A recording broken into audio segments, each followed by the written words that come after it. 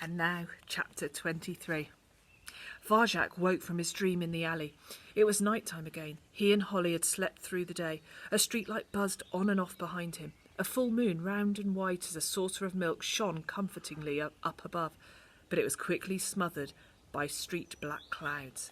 He needed to go to the litter tray. Holly was fast asleep, and they were still on Sally Bones's territory. Well, it was all outside, wasn't it? The whole world was his litter tray. He could go wherever he pleased. He slouched out of the shadows and did his business by a heap of rubbish. What a relief it was. His awareness tingled. The fur on the back of his neck prickled. It felt like he was being watched. He swivelled to face the top of the alley and immediately wished he hadn't. A thin white cat sat there.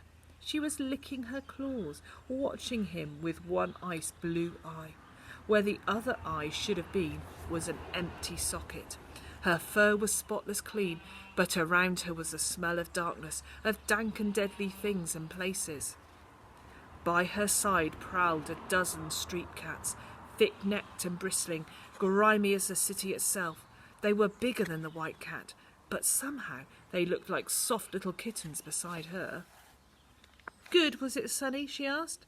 Varjak couldn't answer. He kept staring at her, unable to speak. She was all muscle and bone. He could see her ribs. They jutted out as if they were trying to escape her. "Now, this isn't your territory," she said, flexing her bone-white claws. "And you shouldn't ever do what you've just done, all over someone else's territory, especially if that someone else is me." She smiled a crooked smile, but her single eye stayed cold and hard. He had no doubt who he was looking at. No wonder poor Tam was terrified of Sally Bones. "Speak when the boss talks to you," growled a stripy Tom with slash marks all over his face. Varjak recognised him. Razor. Holly stood up beside Varjak. "He didn't mean it," she said. "He's new here." Her legs quivered, but her voice was steady. "New, is he?" said the thin white cat. Her tail swished angrily. She nodded at the stripy Tom. "Razor, why wasn't I told about this?" The Tom began to shake.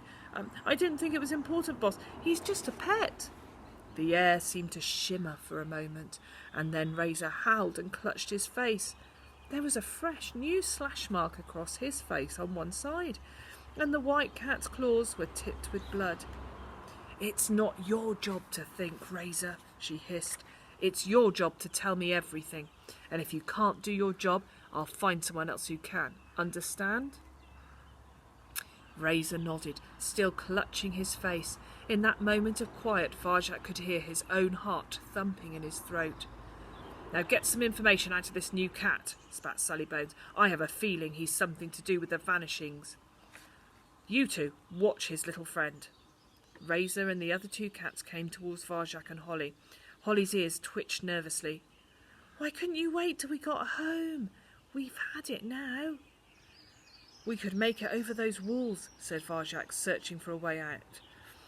"They'd only catch us. At least Razor's doing it, not her." Holly shivered. "Just don't tell them about my alleys, okay?" Razor marched up to them, eyes slitted, claws glinting. The slash on his face was red and raw. "What's your name, troublemaker?" he snarled. "Varjak Paw." "Where are you from?" "Mesopotamia." Razor's scarred face twisted into a scowl. "Very funny. Where are you really from? Where do you sleep?" Varjak glanced at Holly. What could he do? Anything he said could give her secret away. He could only keep it by staying silent. "Are you going to open up?" said Razor, his mouth curled back, baring his teeth. "Or do I have to open you up?" There was no sound at all in the alley except the streetlight's buzz. Varjak kept his mouth shut. They all stared at him. Razor, Sally Bones, her gang, all staring at him. Varjak felt boxed in and alone. The pressure mounted in his head, but he stared straight back at Razor without a word. He was determined not to look away. "Well?" demanded Razor. The Tom's eyes burned into him, but Varjak hung on. "Don't look away! Don't let him win! Hang on! Hang on! Hang on!" Somewhere in the distance a monster roared. Razor blinked and looked away. Varjak relaxed, and in that instant, something slashed his cheek. Razor's claws. Varjak reeled back, stunned. His head was on fire. "I'm going to teach you a lesson you'll never forget," growled Razor. He came forward. Varjak lashed out. The street cat dodged easily and jabbed his jaw in return. Blood sprayed from Varjak's face in a thick red fountain. Another hit to the face. Varjak's legs felt weak. Out of the corner of his eye, he saw Holly start to move. But the gang moved faster, blocking her off. It was just him and Razor. "Not so tough, are you?" spat Razor. "I can finish you any time. I'm going easy on you. Now talk." He slammed Varjak's ribs, knocking him off balance. Varjak staggered into the rubbish heap. It squelched around him. He was still standing, but he couldn't take another hit. Moving circles, the fifth skill. You can dodge any blow.